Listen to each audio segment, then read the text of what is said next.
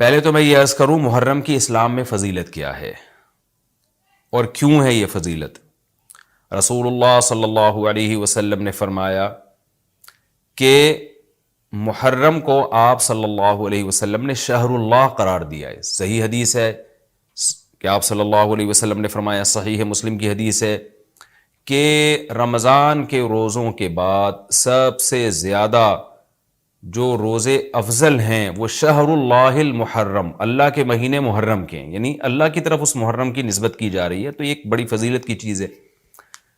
اور قرآن میں جن 4 مہینوں کو محترم قرار دیا ہے، عرب ان مہینوں میں جنگ و جدال کو حرام سمجھا کرتے تھے کہ یار یہ ناجائز ہے، اس میں جنگ نہیں کرنی چاہیے، ان مہینوں کا احترام لازم ہے۔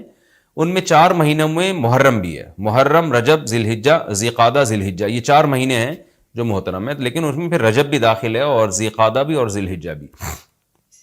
تو یہ بھی ہے۔ اور 10 محرم کے روزے کی بڑی فضیلت ہے۔ آپ صلی اللہ علیہ وسلم نے فرمایا 1 سال کے گناہوں کی معافی کا ذریعہ بنتا ہے،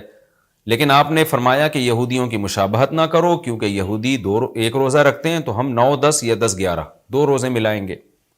تو یہ محرم کی فضیلت ہے، اور یہ کیوں ہے اس کی ہمیں وجہ معلوم نہیں ہے۔ جیسے کسی نے ابھی بھائی نے سوال پوچھا نا ایک کہ اس میں کوئی واقعات ہوئے تھے، تو پہلے میں بتا دوں 10 محرم میں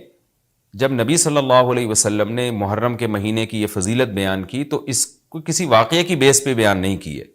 اس بارے میں جتنے واقعات ہمارے پاس منقول ہیں کہ آدم علیہ السلام جنت سے زمین پہ آئے تھے،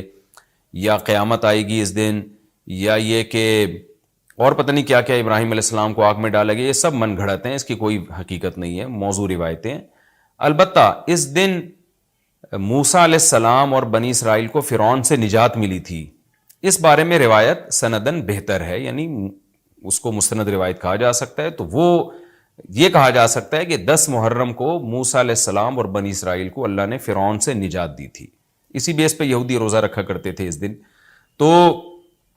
یہ روایت کے علاوہ باقی جتنے بھی واقعات ہیں سب من گھڑت ہیں۔ باقی حضرت حسین رضی اللہ تعالی عنہ کو جو کربلا میں شہادت ملی ہے،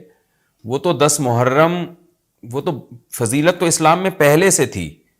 تو حضرت حسین رضی اللہ تعالیٰ عنہ کا واقعہ تو بعد میں ہوا ہے، تو اس سے حضرت حسین کی شہادت کو اور فضیلت مل گئی کہ آپ کو ایک مقدس دن میں اللہ تعالیٰ نے